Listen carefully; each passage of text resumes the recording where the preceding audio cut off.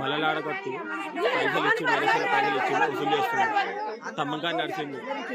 వాళ్ళ ఇంటికి పోయినా సార్ నీకు ఇంటికి వచ్చి ఇచ్చిరా, నువ్వు వాళ్ళ ఇంటికి పోయి ఇచ్చిరా, మళ్ళీ ఓట్లు అన్నప్పుడు వచ్చినప్పుడు చెప్తాం.